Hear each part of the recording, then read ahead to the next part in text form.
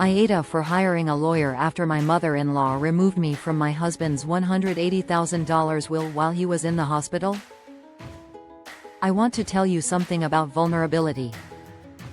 When someone you love is lying in a hospital bed recovering from surgery, they are at their most exposed. They are in pain. They are medicated. They are frightened. They trust the people around them completely because they have no choice. They sign what they are asked to sign because they believe the people handing them documents have their best interests at heart. My mother-in-law handed my husband documents while he was in that hospital bed. He signed them. And when he came home 3 weeks later and I found out what those documents contained, I understood that the woman I had been trying to build a relationship with for 11 years had been planning this moment for a very long time. My name is Susan. I am 44 years old. I have been married to my husband Gerald for 11 years. We do not have children together. Gerald has 2 adult daughters from his first marriage, Amanda, who is 29, and Rebecca, who is 26. I came into Gerald's life when his daughters were teenagers.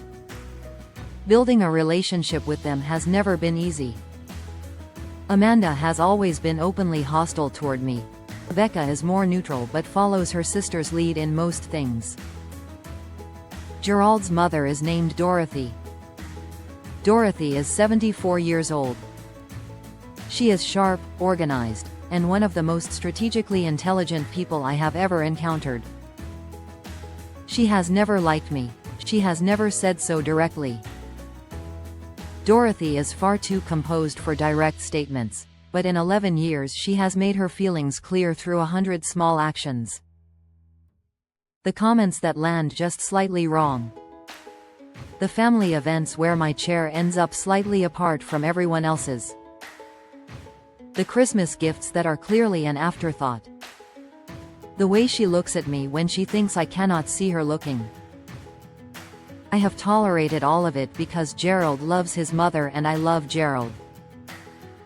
8 months ago Gerald was diagnosed with a heart condition that required surgery. It was serious but not life-threatening if treated promptly. Gerald was frightened, understandably so, and in the weeks leading up to the procedure he became focused on getting his affairs in order. We updated our wills together with our attorney. We reviewed our life insurance policies. We made sure that everything was documented clearly. Our updated will was straightforward. Gerald and I had built our life together, our house, our savings, our investments. The total estate value was approximately $380,000. The will we signed together with our attorney left everything split equally between myself and Gerald's 2 daughters. I would receive half, $190,000, and Amanda and Rebecca would split the other half, $95,000 each. It was fair. It was considered. It reflected 11 years of a shared life. Gerald had the surgery 6 weeks after we updated the will. It went well. The surgeon told me afterward that everything had gone smoothly and that Gerald would make a full recovery. He spent 4 days in the hospital recovering. I was there every day, for as many hours as the hospital allowed. On the 3rd day, when I arrived at noon, Dorothy and Amanda were already in Gerald's room. This was not unusual. Dorothy had been visiting daily as well. What I did not know, what I had no reason to suspect, was that Dorothy had brought documents with her that day. Legal documents. Documents she had prepared with an attorney I had never heard of, an attorney who was not our attorney, an attorney I later discovered had done legal work for Dorothy's family for 30 years.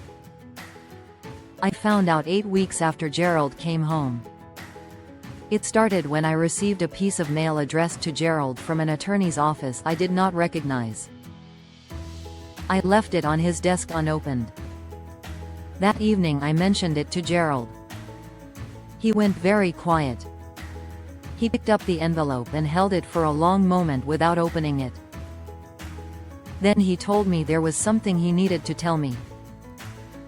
He told me that while he was in the hospital, on the third day of his recovery, Dorothy had asked him to sign some documents.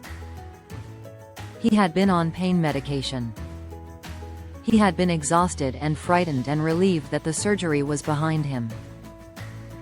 Dorothy had told him the documents were a formality, an update to some financial beneficiary designations that needed to be completed before he was discharged.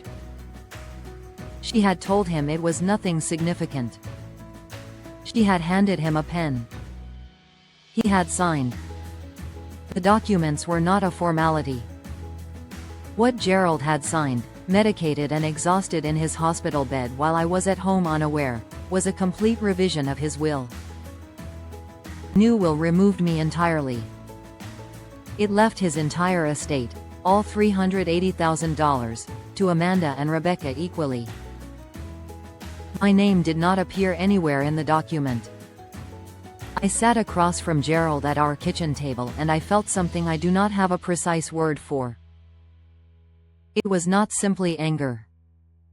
It was the specific sensation of having the ground removed from beneath you, of realizing that the stability you believed you were standing on had never been real. I asked Gerald why he had not told me immediately when he came home. He said he had not fully understood what he had signed until he had reviewed the documents more carefully at home. He said when he realized what had happened he had not known how to tell me. He said he was ashamed. He said he was sorry. I asked him if he had spoken to Dorothy. He said he had called her the day after he came home. Dorothy had told him that she had done what was best for the family. She had told him that his daughters deserved to be protected. She had told him that 11 years was not the same as a lifetime and that blood was blood. I asked Gerald what he had said to that. He said he had told her she had overstepped. He said she had cried and told him she had only been trying to protect Amanda and Rebecca. He said the conversation had ended without resolution. I told Gerald I was hiring an attorney. He did not object. He told me he would cooperate fully, that he wanted the original will reinstated, that what Dorothy had done was wrong, that he never would have signed those documents if he had understood what they were. He said he had already contacted our original attorney and that the process of contesting the hospital document had begun. Dorothy's response was immediate and overwhelming. She called Gerald daily. She told him I was trying to destroy his relationship with his daughters. She told him that a wife who truly loved her husband would not be focused on inheritance. She told him that my decision to hire an attorney proved that I had married him for financial security rather than love. Amanda called me directly and told me I was a gold digger who had always been after Gerald's money. Rebecca sent a long message saying that their mother had only been trying to ensure that the family's assets stayed within the family. My own sister said I was absolutely right to fight back and that what Dorothy had done was financial abuse of a vulnerable person. Two of our closest friends said the same. Our original attorney said that the circumstances of the signing, Gerald's medicated state, the use of an outside attorney, the lack of independent counsel, gave us strong grounds to contest the document. The legal process is ongoing. Gerald and I are still together.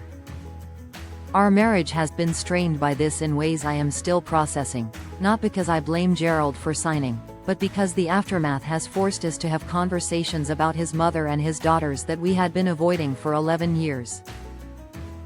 I think about that hospital room often. I think about Dorothy sitting beside her son's bed with documents in her lap, waiting for the right moment. I think about how long she must have been planning it.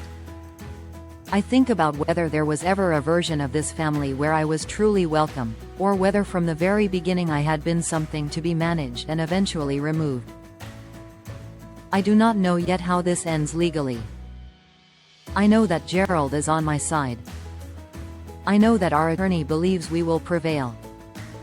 I know that Amanda and Rebecca will likely never forgive me for fighting back. And I know that I will never look at Dorothy the same way again. Was I wrong to hire an attorney? Was I wrong to fight for what Gerald and I had built together? Or did Dorothy's actions in that hospital room make everything that followed not just justified but necessary? You decide. Leave your verdict in the comments right now, NTA or YTA. And if you want more stories like this one every single week, subscribe to The Verdict. Because every story deserves a verdict.